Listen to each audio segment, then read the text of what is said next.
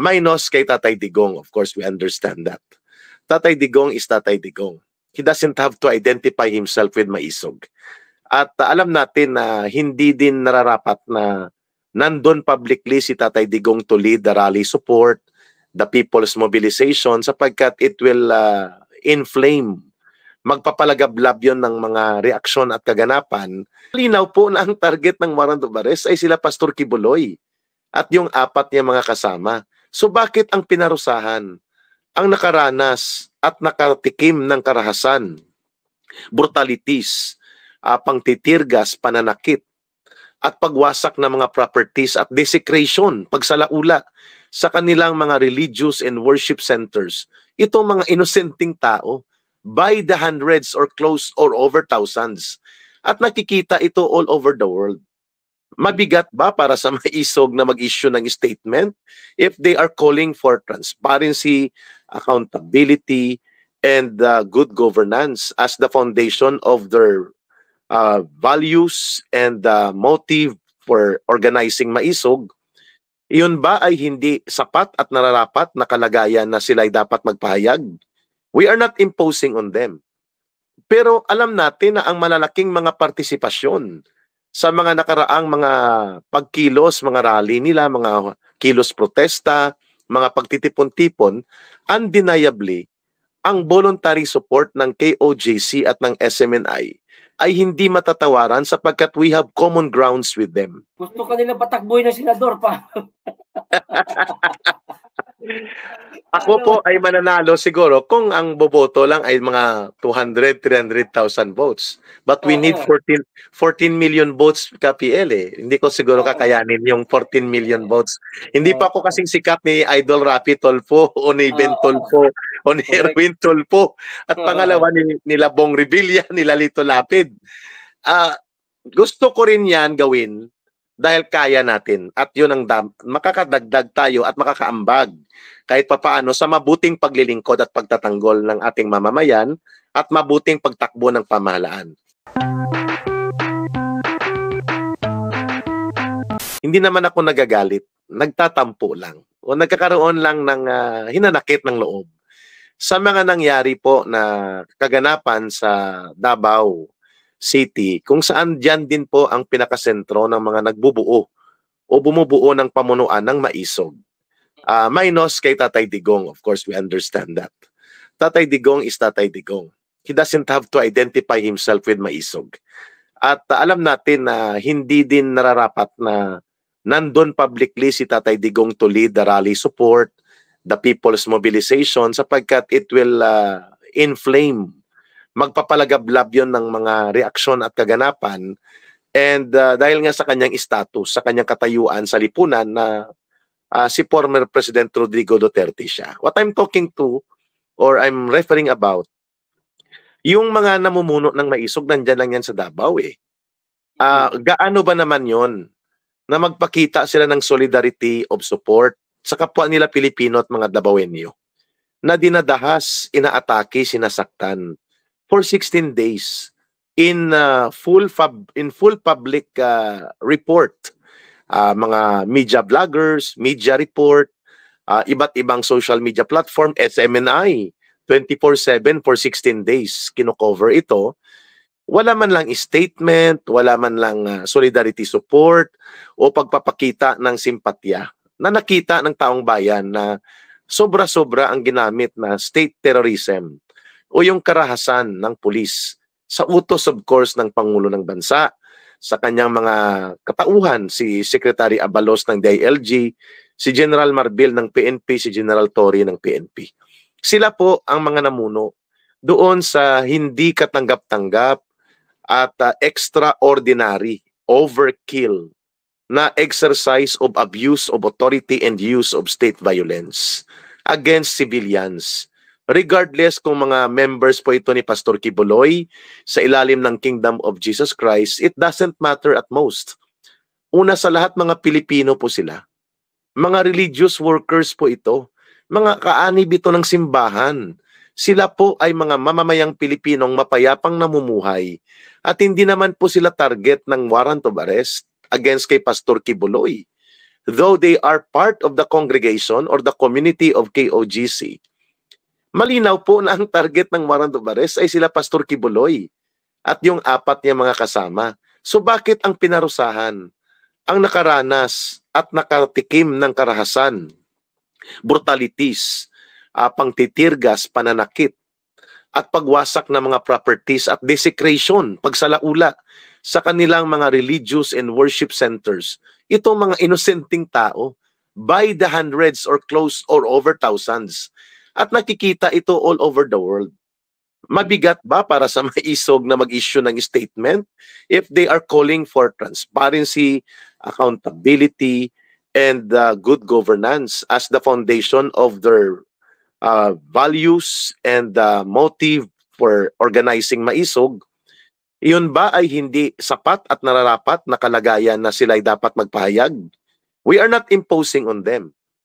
Pero alam natin na ang malalaking mga partisipasyon sa mga nakaraang mga pagkilos, mga rally nila, mga kilos protesta, mga pagtitipon-tipon, undeniably, ang voluntary support ng KOJC at ng SMNI ay hindi matatawaran sapagkat we have common grounds with them. Pero ulitin ko, this is not the sentiment of KOGC. This is the personal sentiment of Ka Eric.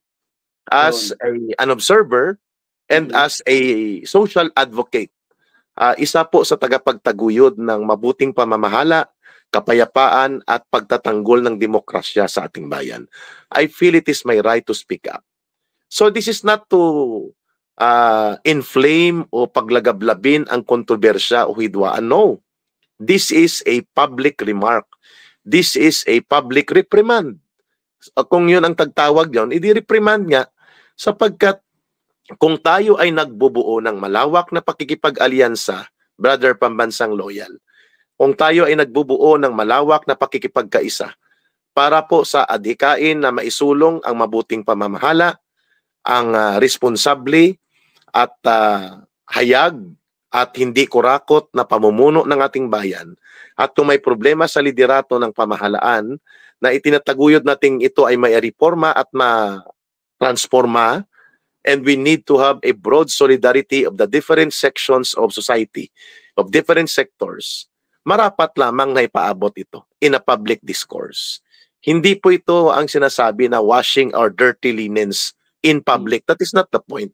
If we want to be united and to have a collective decision sa ating adhikain sa mabuting pamamahala, pagtatanggol ng demokrasya, paglaban sa panunumbalik ng malawakang korupsyon at diktadura, tendencies of dictatorship, we have to be transparent also in our affairs of leading the people towards their collective action, which is yun ang gustong abutin ng maisog. Tama po, maisog does not have the monopoly to lead the people's movement in our country in these trying times.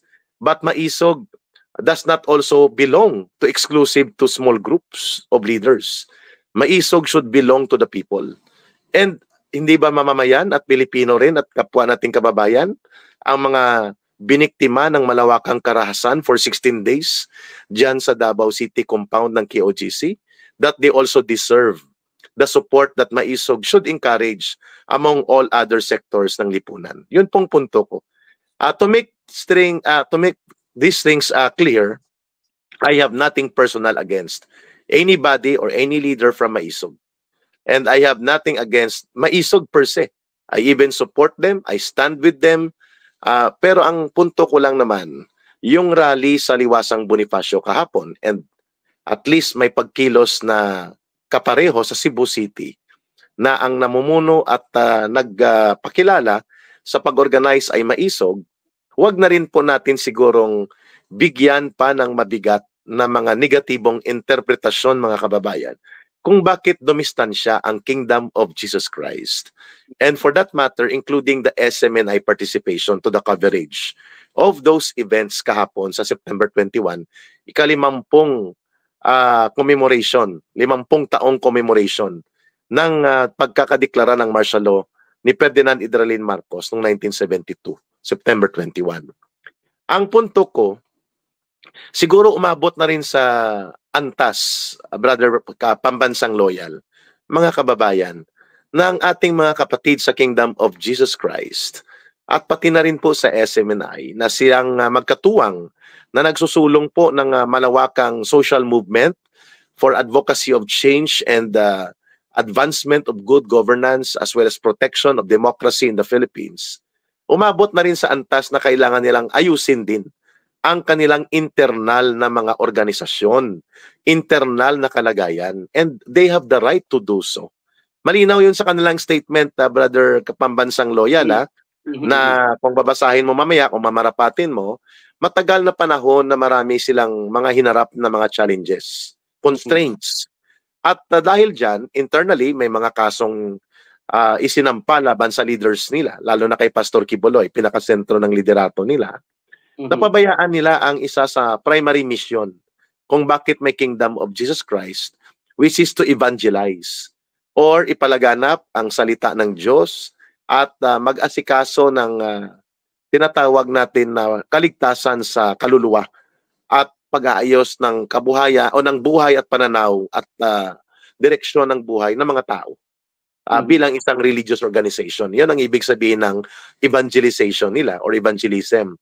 I do not find any malicious or any controversial reason sa likod nito sapagkat naintindihan ko yung naranasan nilang pagod, hirap, sakripisyo at bigat ng loob, including physical at pati na po sa resources nila upang ipagtanggol ang ating bansa, hindi lamang ang kanilang karapatan sa KOGC against religious persecution, kundi pati na rin po sa kanilang pakikipagkaisa. Hindi lamang sa maisog, kundi sa malawak na hanay ng mamamayang Pilipino na nagnanais ng totoong pagbabago at tunay na pag-unlad sa uri ng pamumuno sa ating pamahalaan.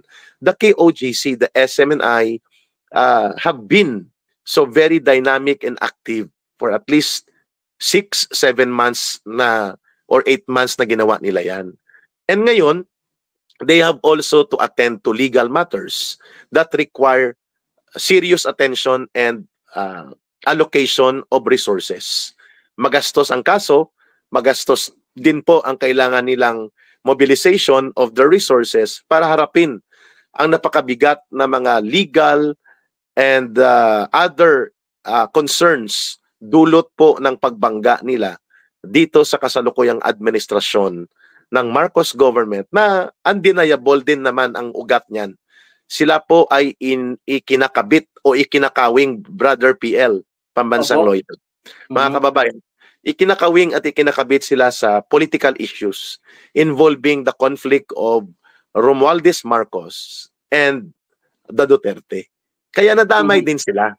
And I hope malinaw ang punto ko. I am not against anybody against maisog.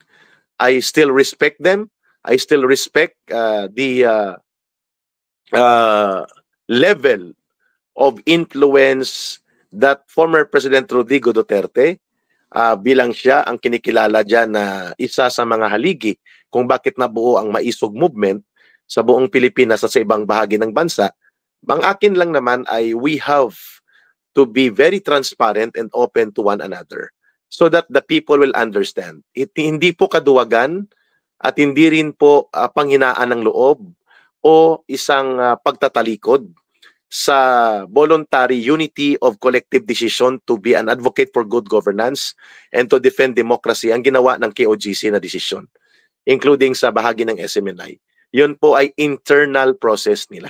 Kung paano nila haharapin at patatagin ng kanilang organisasyon at ng kanilang kapabilidad ang kinakaharap nilang mabibigat na mga pressure and challenges coming from the current administration. I think that's the long and short of it, Brother PL. So sana ay matuldukan na po ang issue na ito. The KOGC is only one component as well as the SMNI in the entire development of social movement sa ating bansa. Even the maisog cannot lay claim na sila lang ang pwede maghamig o pumayong o kumumpas sa anumang kilusang masa na nadidevelop in the course of the existence of political and economic crisis under the current government of Marcos Jr. Nobody can lay claim exclusive leadership or royalty of leadership na sila lang ang pwedeng mamuno. So sa tingin ko, oportunidad ito, Brother PL, sa mamamayang Pilipino for them to learn na mahalaga ang mga leaders, pero mas mahalaga po ang tatag ng loob, linaw ng pag-iisip, at klarong direksyon ng desisyon ng buong mamamayan, regardless kung sino ang namumuno o anong organisasyon ang kasama nila. I think that's the message that KOJC and SMNI want to convey in their statement released a day before ng pagkilos kahapon sa September 21. Eric, dahil nga naglabas na ng pahayag, statement ang SMNI o ang KOJC na hindi na muna sila magpa-participate sa mga gagawing rally ng Maisog, kahit ba mismong si Ka Eric o si Doc Lorin Badoy hindi na rin muna makikipag-participate? I cannot speak for Dr. Lorin Badoy, though we are partners sa programa ng Pilipinas Nating Mahal. What I can only categorically declare is, may maisog man o wala, invited man ako o hindi, pag may pagkakataon that I can share my time and my presence, I will join. Pero not necessarily na nasa entablado ako. That I can assure our people. Ang presence po ni Ka Eric, because I cannot speak again for Ma'am Lorraine Badoy, I will always be available to support ang mga mabubuting adhikain at mga tamang inisyatiba ng anumang grupo. Maisog man, Marcos Alice Jan man, o ano pang mga political and social movements na ang layunin ay tatlo. Patatagin ang demokrasya at huwag hayaang manumbalik ang otoritarian at diktadurang pamumuno, at respetuhin ang batas, ang rule of law, at ang demokratikong pamumuno. Pangalawa, ang pagtatayo ng mabuting pamamahala by being responsible critics of the government and advocate of reform. Doon ako sa reforma, hindi para sa revolusyon o pagpapabagsak ng gobyerno. Reforma. At ang pangatlo, ang paggarantiya na ang karapatan at kabutihan ng mamamayan will be the primary mission and obligation of every leadership in the government. That includes the president, the vice president, the senators, the congressmen, na kita naman natin kung gaano nila binabastos ang mga institusyon na ito, lalo na sa Congress ni Martin Romualdez, no? Ostentatious o walang kahihiyan at walang damdamin na pag-display ng kayamanan na very questionable. Saan nanggaling to? Mga bags tag 3 million, mga kotse tag 18 million. Oh, terrible. At hindi lang si Abante, Benny Abante ng Manila na congressman at si Timbo ng Marikina. Almost all of them namumuhay sa karangyaan sa gitna ng kahirapan. Nakita mo ba yung mga sports car ni Tambaluslos, kay Eric? Ay, terrible. Siguro ang mga sasakyan pa lang aabot na ng billions ang kanyang properties dyan. So, ayun ang punto ko, Brother PL. We will not allow ourselves, ako, si Ka Eric, o sino man sa mga kaibigan at kasamahan natin, kayo, Pambansang Loyal, yung ating mga kaibigang mga independent media bloggers, and media and internet media practitioners, yung new media na kagaya nyo, na mapanghinaan ng loob sapagkat ang ating paninindigan ay hindi para sa isang grupo o para sa isang tao lamang. Tayo ay naninindigan sa kolektibo o pangkabuwang interes ng buong sambayan ng Pilipino. So may rally man ng Maisog, ng Marcos Alice Jan, o ng iba pa mga grupo, that I can assure you, either invited ako as guest or speaker or hindi, or invited ako o hindi, basta available ako, I will join. And kapag may platform tayo, Brother PL, we can collab. We can do collaboration to explain our side. Kagaya nito, the main issue here is not between Ka Eric and Maisog. The main issue here, bakit kami nag-live, is not between KOGC, SMNI, na nagkakaroon ng internal na pag-areglo sa kanilang organisasyon at mga kinakaharap na mga internal challenges, and between Maisog na nagdistansya muna ang KOGC or ang SMNI for that matter. It's not between that or those issues. It's between the main problem is doon tayo mag-focus. So sana marinig ito ng mga organizers ng Maisog At ganoon din po ng mga pamunuan at kaibigan natin from the Kingdom of Jesus Christ, at ganoon din po sa SMNI. The main issue na kinakaharap ng taong bayan is ang nangyayari po sa ating pamahalaan ay hindi po nakakabuti na sa ating mamamayan.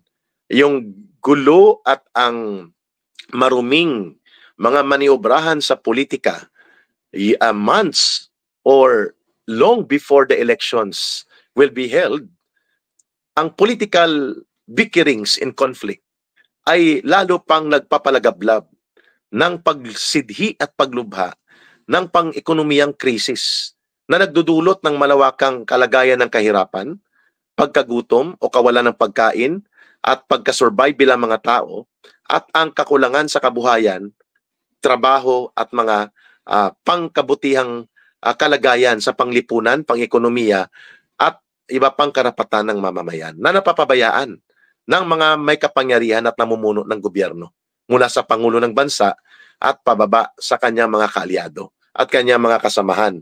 So, nakikita natin ito lahat. That is the reason that the main issue is no longer itong nangyari na biglang dumistansya na ang KOGC. These are matters which should not be the primary concern sa ating pagbubuo ng malawak na pagkakaisa. Mananatili tayo doon sa principal focus ng ating pagkakaisa at pagbubuo ng malawak na pagkilos ng mamamayan. And what is that? Yung tatlong issue. Kailangan nating ayusin ang pamunuan sa pamahalaan because leadership provides policy and programs. Kung failure ang leadership, ang policy at programs palpak. Sino po ang magsasuffer? Taong bayan at ang ating mga kababayan. Pangalawa, yung issue po na ang politika hindi dapat ginagamit para sa personal na kapakinabangan sa pagkontrol ng poder at pera at pondo. Kung hindi dapat ito ay ginagamit para sa pagpapalakas ng mamamayan sa kanilang karapatan at kanilang kabutihan. That should be important. Yun ang good governance. At number 3, we have to unite to reform the government and to reform leadership so that there will be correct direction kung paano maibangon po ang kabuhayan ng buong mamamayang Pilipino, lalo na po ang milyong-milyong Pilipinong apektado ng malawak na kahirapan, pagkalugmok sa ekonomiya ng bansa at hindi pag-unlad natin dahil nga sa hinihila tayo pababa. At isa pa dyan, ang nakaambang, Brother PL, no? Ito hindi ito na-re-raise eh. Dalawang bagay pa pong binabantayan natin. Ang pangingialam ng Amerika, dyan po sa atin sa issue ng West Philippine Sea, South China Sea, na isang malinaw na proxy war ito eh. Yung digmaan na hindi dapat maganap at hindi dapat mangyari. Nasusulsulan tayo diyan, brother. Ano na pala ang update tungkol diyan? Baka may alam ka, paki-share mo naman sa amin. Oo, yung Iskoda o shoal na sinaon sa Bina Shoal ay kabahagian ng ating exclusive economic zone. Kagaya ng Ayungin Shoal, no? Yung Panatag Shoal. Ang mga ito po ay bahagi ng exclusive economic zone. Pero hindi natin yan direct territory. Pag sinabi mong Davao o Samal Island o Batanes o Sulu, ayan ay direct territory. Pag sinabi mong exclusive economic zone, parang extension ng iyong border. Pero allowed ka dyan na mangisda, mag-explore, at may primary authority ka para magamit mo ang natural and marine resources o ano pa mang kapakinabangan mula sa lugar na yan. But you cannot lay claim authority of sovereignty. You cannot lay claim of authority of government dyan. Yan ang ibig sabihin ng exclusive economic zone. Parang extension ng laylayan mo. Ngayon, ang problema natin, dahil sa ating digma-digmaan na style na ito, ay napabayaan natin ang pag-iit ng maayos na pagkikipagdialogo, maayos na pagkikipag-usap, at dahil hindi naman natin kaya talaga na brasuhin ang China, the third or the second largest military in the world, and halos kapantay ng Amerika ang kanyang economic power and military power. Napakahirap yan. Oo. Dialogo dapat. Yun ang punto ko. Isa pa yan na napabayaan ngayon. At ang pangalawa, Brother KPL, kung bakit tayo nag-live na dalawa ngayon at napakahalaga itong ating collaboration this afternoon, ay ang panunumbalik ng CPP, NPA, NDF in their attempt na sabutayihin ang ating demokrasya. by pretending nga sila ay sumasama sa eleksyon, nandyan sila sa loob ng gobyerno, pero kitang-kita natin sino ang nagmamaniobra sa lahat ng kaguluhan sa Kongreso. One of those who maneuver and manipulate for political dirty games ay itong alyansa na binuo ni Martin Romualdez sa CPP, NPA, NDF. And now, they're trying to establish themselves sa politika without them admitting na sila ay bahagi pa rin ng layunin na ibangon ang armadong terorismo ng grupo nila ng NPA. At mukhang papunta pa ang gobyernong ito ni Marcos sa peace talks. Muli, yan ang pangatlong rason kung bakit sabi ko may dalawang bagay pa tayo na nakaligtaan. Maliban sa malubhang kalagayan ng liderato ng gobyerno, sumisirit ang mga presyo ng bilihin at pagkain at serbisyo, lumulugmok ang ekonomiya at kabuhayan ng mamamayan, nagdigma-digmaan pa tayo doon sa may South China Sea. At ngayon, gusto pa nating ibangon muli ang pangil ng terorismo, ang bangis ng mga nagwasak ng ating bayan, which is the CPP, NPA, NDF. At kitang-kita natin na nandyan sila kahit kriminal na itong si Franz Castro, convicted ito kumpara kay Pastor Kibuloy at sa mga kasamahan niya na accused pa lang, hindi pa nga nag-trial, ito si Franz Castro convicted. Child trafficking. Sa Talaingo dito, Brother PL, dyan malapit sa lugar mo, convicted by court. Pero nakaupo pa rin na kongresista at may pundo pa. Million, hundreds of millions. Yes. Tama ka, ka-PL. Kaya tamang-tama itong live natin na isantabi na ipahayag na namin ni Pambansang Loyal, na ipahayag na namin ni Ka-Eric ang aming saluubin, yung public reprimand na yon, that's enough. Focus tayo dito at unawain po natin, palawakin natin ang ating isipan sa kasalukuyang krisis na kinakaharap po ng KOJC at ng SMNI as one of our formidable or among the formidable allies in our social movement for advocacy of good governance and defense of democracy and the people's rights and welfare. Unawain natin po na nakakulong si Pastor Kibuloy. Nakakulong po ang kanilang mga leaders and they have to face legal battles among other things. And other pressures within the organization, dulot po ng napakabigat na paggamit ng pwersa ng Estado at gobyerno during the time of Marcos Jr. sa kanilang organisasyon at kanilang congregation. They need to assess, restart, and recalibrate also their priority as an organization and as a congregation, not just as part of the movement ng taong bayan na binanggit ko na. So we will give them time. Focus tayo sa pag-abot sa mas malawak na hanay ng mamamayang Pilipino at bigyan natin ng breathing space na makapagpahinga, makapag-recharge at magkaroon po sila ng kanilang assessment and evaluation ang buong organisasyon ng KOJC at ng SMNI for their options to take sa kalagayan na kinakaharap nila. At I believe, hindi naman po nawala yung kanilang pagmamahal at ang kanilang naiambag na pagtatanggol sa demokrasya, kapayapaan at mabuting pamamahayag na ginawa po nila at the time that they are still directly active in what we call the social movement of the Filipino people. Eric, bagamat tapos na ang may girian, gulo dyan sa compound ng KOJC, ang tanong, meron kayang posibilidad na pumasok ulit sila, pasukin ulit nila ang Kingdom of Jesus Christ? Nakakatakot ang ganyang perspective, but that is a real perspective. Ibig kong sabihin, kung pakikinggan mo ang mga pahayag nila Secretary Abalos, nila Secretary Remulla ng DOJ at ng PNP, they're trying to establish imaginary crimes right now na hindi na naka-establish batay sa aktual na ebidensya at tamang police investigation. Nagkaroon na ng fishing expedition sanga-sanga para lamang magkaroon ng justification ang ano pa mang panggigipit na gagawin laban sa Kingdom of Jesus Christ, which is now tantamount to systematic state persecution and state violations. Sa tanong mo, Pambansang Loyal, pwede bang mangyari muli ang paglusob at ang mga karahasan na nangyari for the last 16 days na naganap noong August 24 onwards? May possibility, but sana po wag nang mangyari yan. Sapagkat hindi po ang KOJC si Pastor Kibuloy at ang SMNI ang problema ng bansa. Ang problema ng bansa ay pamumuno at pamamahala. Ang problema ng bansa ay direksyon at programa at ang decisiveness of leaders to implement reforms. Hindi po sila ang problema, mga mabubuting tao po ang mga ito. Nakuha nyo na po si Pastor sa kustodi nyo, nag-surrender na po siya para maiwasan po ang pagdanak ng dugo at mas marahas na kalagayan, yung lawlessness of state violence. Tama na siguro yon. Let's focus to kung ano lang ang naisampa na kaso nyo at yun po ang pukusan natin. Yung mga sinasabi po ng ibang pa mga opisyal ng police na may mga complainants, di mag-file sila ng case at idaan sa prosesong tinatawag nating rule of law. Anybody can accuse anyone, but it doesn't mean guilty ang tao. And anybody who is accused is entitled this day in court. At may karapatan pa rin siya. Hindi nawawala yung mga karapatan na yan.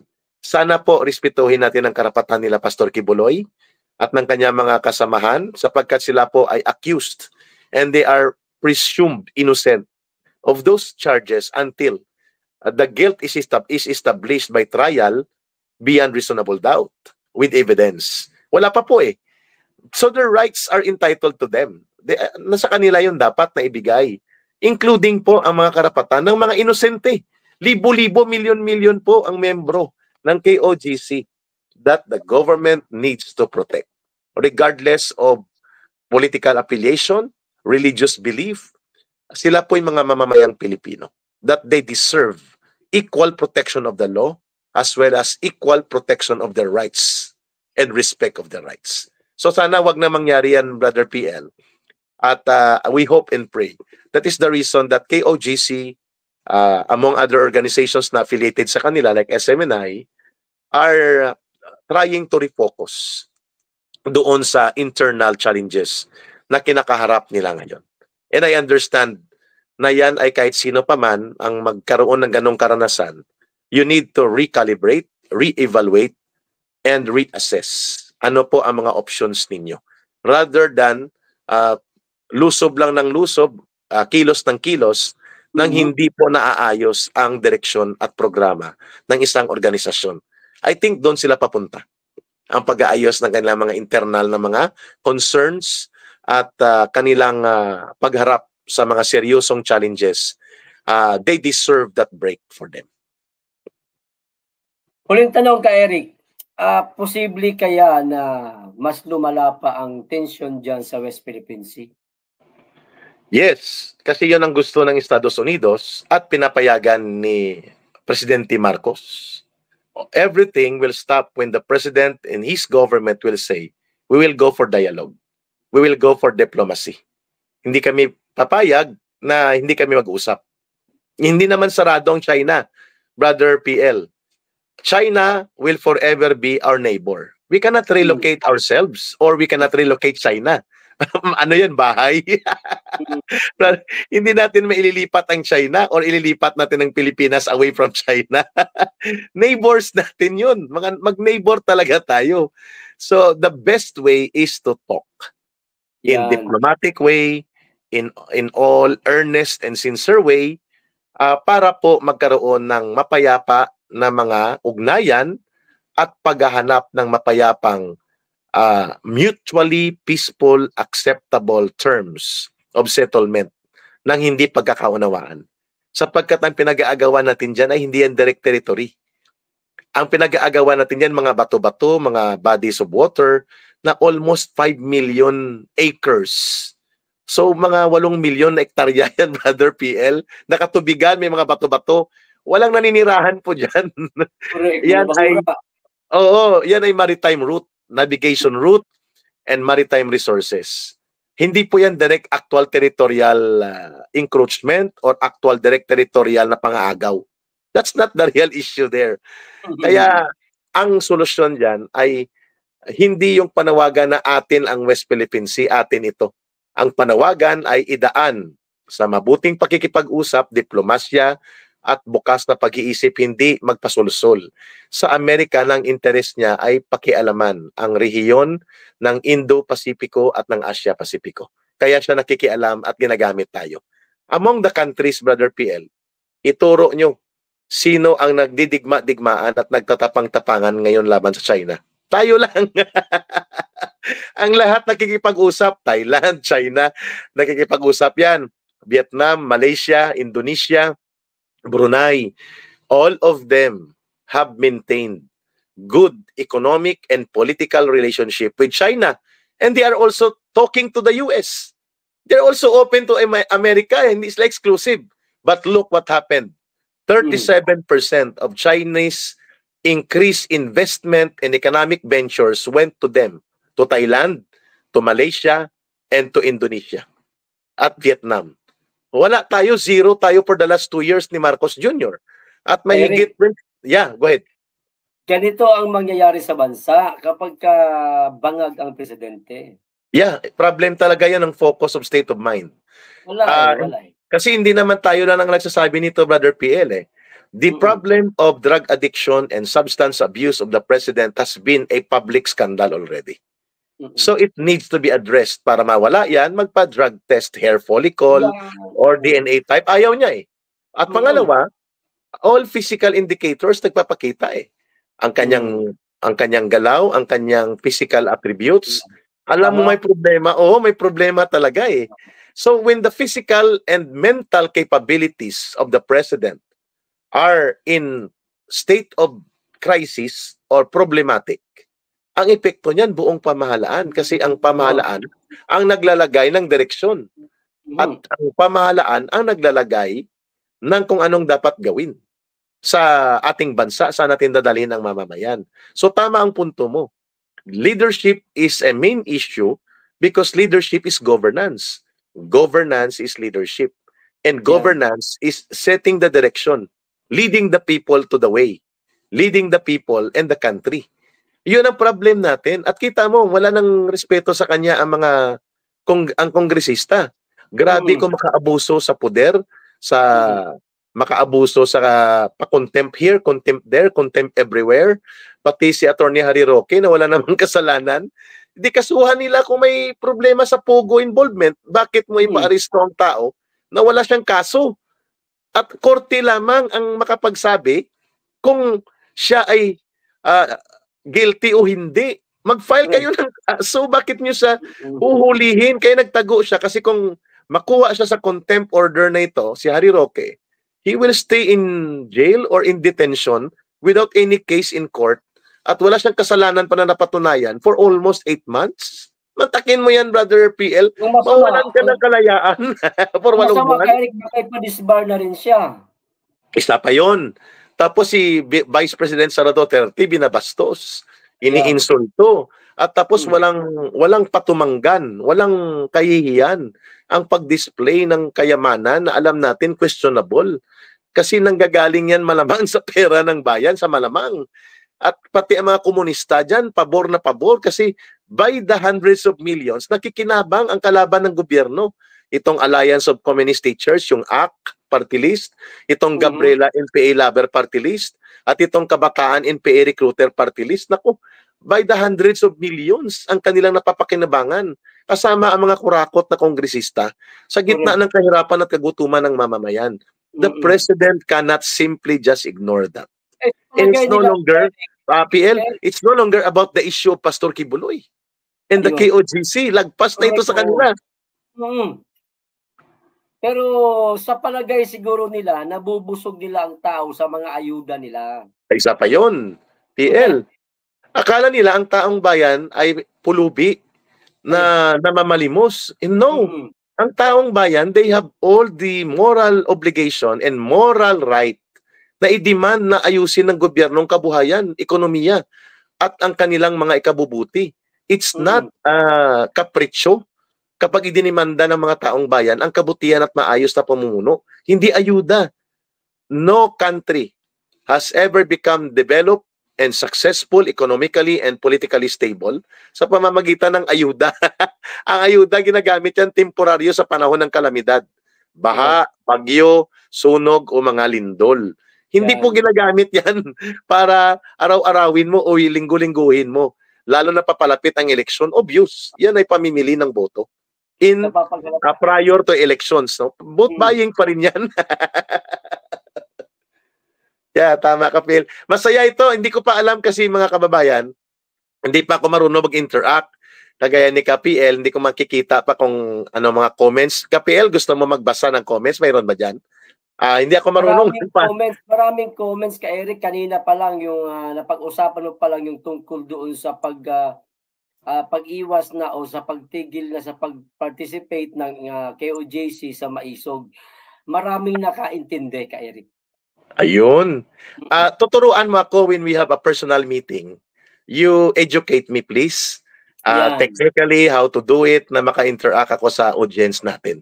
And alam niyo po ba na si KPL po ay volunteer niya itong ginawa. Hindi ko po hiningi sa kanya. Sabi niya, Eric, mag-live, mag-vlog ka na rin. Tutulungan kita. Nagulat na lang ako, may channel na ako. Tinawagan niya ako. At ito nga, may mga 10,000 subscribers na. Pero hindi kasi ako marunong, kaya hindi siya active. Nanghihinayang siya. Kaya sinamahan niya po ako ni Pambansang Loyal. And I'm happy for that because it's not just between us. Magkaibigan kami, pero ang aming pagkakaisa ay para sa interes ng mamamayang Pilipino at sa kabutihan ng buong bansa. Kaya kami nagbablog, kaya kami nagpapahayag because people need also to have a clearer view. So si Ka Eric ba ay tumiklop at ang KOGC at ang SMNI? No. We are only recalibrating our options. We are taking a restart and a recharge to the direction anong dapat gawin, lalo na po na hindi lamang po dapat KOGC, SMNI at si Ka Eric o Maisog ang dapat manindigan. Sa harap po ng krisis pang politika at krisis pang ekonomiya, ito po ay usapin sa buong bayang Pilipinas at ng buong sambayan ng Pilipino. That's why we have to recalibrate. Kami ni KPL, bahagi lang po kami. We are only part of the small portion that will catalyze o magpupukaw ng kolektibong kamulatan at desisyon ng taong bayan. Pero hindi po kami ang magpabago ng aming kalagayan. Ang magpapabago po ng kalagayan at maglilikha po ng pagbabago o resulta sa anumang pagkilos ay taong bayan. Hindi po kami ni KPL. So, KPL, would you like to read some of the comments? Actually, shout out ko muna yung mga kaibigan natin. Nandito na si si VMR Channel, ayan, nanonood na sa atin, Ka Eric. Okay. Si Tropang Bisaya, mga kaibigan natin, mga vlogger ba na sumuporta din sa sa KOJC nung. Thank you sa PL, i-shout out natin. Salamat sa inyong pagsasakripisyo at sa inyong selfless motivation. Yung hindi makasarili na motibasyon na makipagkaisa regardless kung Maisog, MAD, Marcos Alice dyan, KOGC, SMNI nandyan, wala. Basta taong bayan ng kumikilos, you support it. That is the basic principle of fair and truthful alternative journalism na ginagawa po ng mga kapagkagaya ninyo, kagaya natin na Brother PL, at kagaya ng mga brothers natin na media bloggers and internet new media practitioners. Ito lang kanina may mga nabasa akong comment na miss ka daw nila sa sa Liwasang Pilipinas. Oo, tsaka sa Pilipinas nating mahal, magdadalawang linggo na rin eh. Oo, 2 linggo na so yan. Oo, thank you Gustuhin ko man po, pag hindi po kami ang main organizer, we cannot just simply take on the stage. We have to have courtesy and we have to afford respect and coordination. So pag hindi po kami ang nag-organize, we do not have to be at the forefront of the stage. Pero sabi ko kanina kay Pambansang PL, bilang pareho po tayo, mga dedicated advocates for good governance, fighters for peace, democracy, and freedom in our country, invited man o hindi man yan birthday party, we can join. Kahit wala tayo direkta sa entablado. I will do that. Ayan. So mga kababayan, sa susunod po na mag-live kami ni Ka Eric, baka maituro ko na sa kanya lahat kasi magkikita kami sa susunod na linggo. Yes. Maituro ko na sa kanya lahat. Matutunan niya na rin. Magagawa niya ng mag-isa.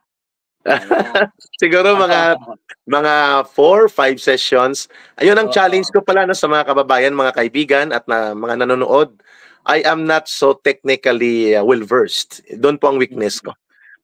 Marunong po ako magsulat, magsalita, mag-analyze, mamuno ng organisasyon, magkumpas ng mga pagkilos, magbuo ng mga alyansa, magplano ng iba't ibang activities. Yung weakness ko po yung technical, yung paggamit ng internet, yung mga gadgets. Doon po ako nahihirapan paano mag-click na ano nang sunod kong gagawin. Kung wala si KPL o sila Brother VMR, nahihirapan po ako. At inaamin ko po, medyo late po yung aking capability to be technically and technologically well-versed. No? Nahuhuli po dahil I refuse to learn. That is a technology. Hindi po ako interesado masyado sa teknolohiya. But now I am forced kasi nakikita ko po, teknolohiya na po ang pinakamabilis na daluyan ng impormasyon. At ito na rin po magiging daluyan ng pagkakaisa at pagbubuo ng kolektibong desisyon ng mamamayan through the internet. Kay Eric, imbitahan niyo po sila araw-araw na live natin. Anong oras? Sabihin niyo po para maantabayanan ho nila. Sige po. Every day po, we will allocate the time 2:30 in the afternoon hanggang 3:30. Yun po ay window time din namin ni KPL, ni Pambansang Loyal.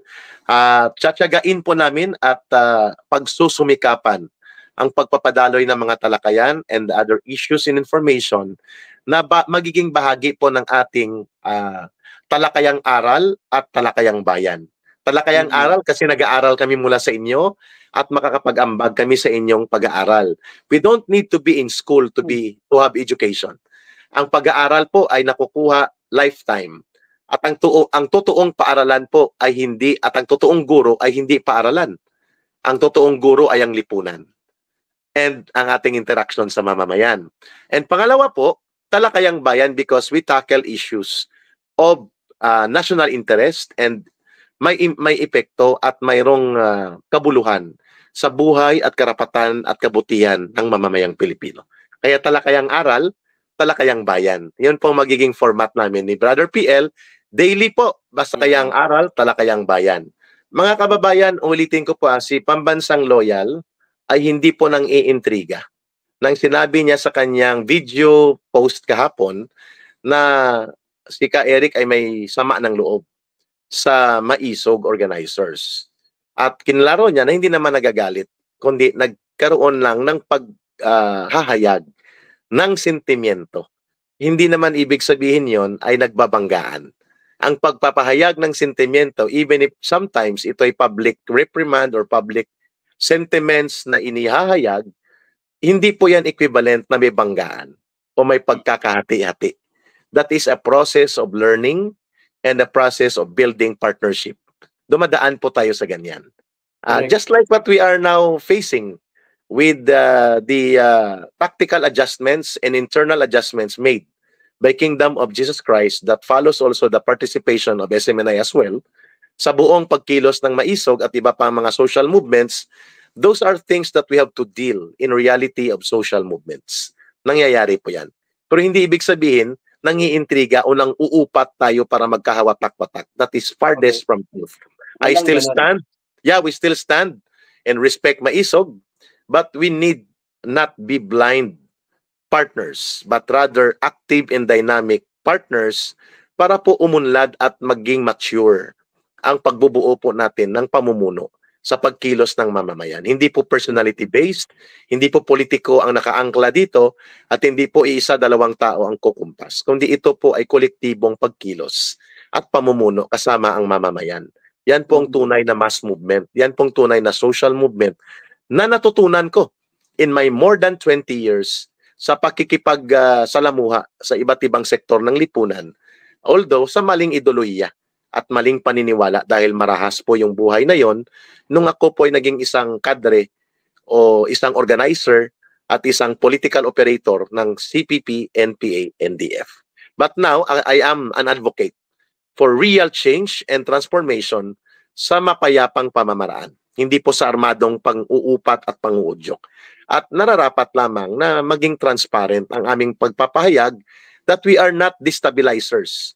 We are not advocating for destabilization. We are advocating for reform. We are advocating for good governance. And we are advocating to protect and uphold and promote the rights and the welfare of the people. Lalo na po ang mga mahihirap na sektor na napababayaan po ang kanilang karapatan at kabutihan dahil sa maaga at maruming laro ng pamumulitika ng kasalukuyang namumuno ng ating pamahalaan. That's the reason we're speaking out. Still, bilang si Ka Eric, kasama si Pambansang Loyal, dito po sa channel na binuo po ng aking mga kaibigan, kasama si Pambansang Loyal at pati po si Brother VMR at iba pang mga independent internet media practitioners or the new media na tinatawag na media bloggers. Gusto ka nila patakboy na senador pa.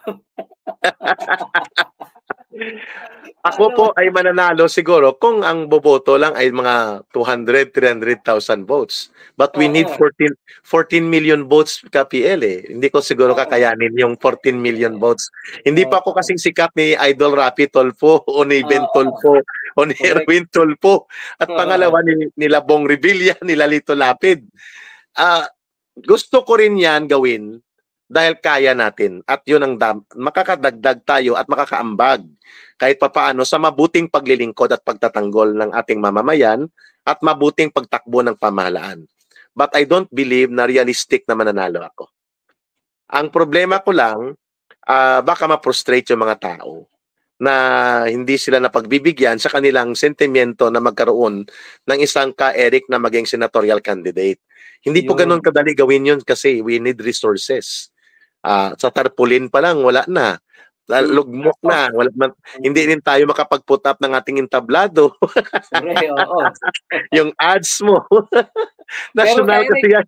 Buong bansa ang kampanya niyan. Kay Eric, si BMR daw sa susunod na live kasama na daw natin siya. Pwede. Bukas pag-usapan natin. Mga let's start 2:30, 2 o'clock mag-announce tayo pag go tayo. Yeah. There is no problem with me. Kasi ang una naman na mag-uusap nito, tatlo tayo, yung tambala, trayo nga din, dapat, di ba? Trayo balita, trayo tambalan, para po sa kabutihan ng mamamayan. Kami po, ang mga vloggers, ang mga media, internet practitioners, kagaya ni Pambansang Loyal, ni Brother VMR, ni laban ng mga banateros, they may have or we may have issues. Pero hindi po ibig sabihin, kami po yung nag-aaway-away, hindi po yun. Magkakaroon man ng issue, nire-resolve po yun para sa mas mataas na antas ng pakikipagkaisa. Because our common unity and our common motivation is to bring correct and truthful information na kapakipakinabang sa kabutihan ng kabuhayan at karapatan ng mamamayang Pilipino. At hindi nakatali sa corporate dictates of big media corporation na nadidiktahan na malalaking negosyo. Yun pong kaibahan namin ng mga vloggers, ng mga internet media-based practitioners, kagaya po ng Banateros, Pambansang Loyal, VMR, Bisdak, o yung mga grupo po ng iba-ibang mga media, mga Badong Aratiles, yun kami po. Kami po ay mayroong kalayaan na gumawa ng aming mga impormasyon na tama at akma sa pangangailangan ng mamamayan at pagkakataon at hindi po nakatali sa pagsikil ng ganansya at interes ng negosyo. Yun pong kaibahan namin. Ay, makulit talaga sila eh. Congressman na lang daw. Sabihin mo natin sa kanila, kung ano man ang darating na pagkakataon, definitely we will participate. Ang una ko pong layunin, bukas i-announce ko. Patikim lang po ito. We will participate in the 2025 elections. Kung hindi man po senatorial ang tatakbuhan natin dahil tayo po ay realistic, tayo po ay mag-participate para mapigilan ang pananabotahe ng mga komunistang teroristang lumalangoy sa electoral process para ma-infiltrate ng gobyerno natin. Kasi magpapatakbo sila ng 10 or 12 na senatorial slate ang CPP, NPA, NDF. Bukas po yan. May party list pa sila na dapat nating labanan at may mga politikong bulok kagaya ni Benny Abante at ni Stella Kimbo, nila Martin, na mga puro pera ang iniisip at kapangyarihan, hindi kapakanan ng bayan. Correct. So we have to be intervenors for the people sa electoral exercise sa 2025. Not necessarily as a candidate sa senatorial, lahat, saludo po ako sa sambayan ng Pilipino na patuloy po ang paghahanap ng katotohanan at tamang impormasyon. That is why nasumpungan niyo po ang mga channels kagaya ng Pambansang Loyal, VMR, Banateros, Banatbay, sino pa man, Bisdak, at ngayon kasama niyo na pati si Ka Eric sa ganitong larangan. Taong bayan po ang nagbubuo nito, taong bayan po ang nagtatangkilik sa atin. Pangalawa, saludo po ako at nakikipagkaisa sa naging desisyon ng Kingdom of Jesus Christ at ng SMNI, pati na rin sila. Upang asikasuhin po ang kanilang internal na mga hinaharap na mga mabibigat na paghamon sa organisasyon, sa kongregasyon, sa kanilang komunidad at sa kanilang kinakaharap with Pastor Quiboloy and some of their leaders and ministers. They deserve the focus and the breathing space that they deserve to have. Huwag natin silang bilangan o sukatin dahil lamang sa pangyayaring ito na sila po ay nagkakaroon ng refocus at readjustment and re-evaluation of their internal capabilities, paano sila magpatuloy na sumulong kasama ang sambayan ng Pilipino, them as a religious congregation, itong Kingdom of Jesus Christ, at ang SMNI bilang sandigan po ng Truth That Matters na siyang sinasandigan ng mamamayan. At kami rin po sa kanila sumasandig bilang daluyan ng tama at totoong impormasyon at pagbabalita at paghahayag. At panghuli, nililinaw ko po, wala po kaming hidwaan o banggaan sa Maisog at Maisog organizers. Yan. Kami po ay parehong may isang layunin, magkakaiba man minsan ang aming mga pagpapadaloy ng aming pamumuno at paninindigan, magkaisa lang po ang aming direksyon. Ang pagbabagong tunay upang maging mabuti ang pamamahala, maayos ang ating bayan, at maayos po ang kabuhayan, kalagayan ng milyong-milyong Pilipinong na pagkaitan ng tamang pamumuno. At mukhang nanunumbalik tayo sa madilim na yugto na kasaysayan sa lumang martial law. Yun po kung bakit nabuo ang Maisog at bakit kami tumitindig kasama sila at iba pang mga grupo with the same direction and advocacy. Kaya tigilan na po natin, mga kababayan, yung mga kahit sa mga vloggers na ito, sa mga kasamahan at kaibigan, the personal differences may exist. It cannot be avoided totally. But as long as this becomes secondary to the higher cause of moral obligation and duty to our people in our country, we will find time to unite in whatever level and capacity. Yun po ang direksyon namin. Muli, mabuhay po itong channel na binuo ng aking mga kaibigan, lalo na po ni Pambansang Loyal, na tinutulungan din po nila Brother VMR at ng Team Sambayanan at ng Team Ka Eric. Ito po muli si Ka Eric sa mga nanonood sa Europe, sa Amerika, kina Ma'am Emmy, kina Ma'am Linda, mga loyal ito. Kilalang kilala nila kayo lahat. Taga Vienna, Austria po sila, and they have been here at the time of the Liwasang Bonifacio rallies, and they are very, very supportive even up to there sa Europe. Thank you sa lahat ng sambayan ng Pilipino. Makakadaupang palad niyo po si Ka Eric sa Talakayang Bayan, Talakayang Aral. Buhay po kayo. Maraming salamat, Brother Pambansang Loyal. Mahalin natin ang bansang Pilipinas. Walang ibang magmamahal nito kundi tayo ring mga Pilipino. Mabuhay po ang sambayan ng Pilipino. Si Ka Eric po ito, signing out.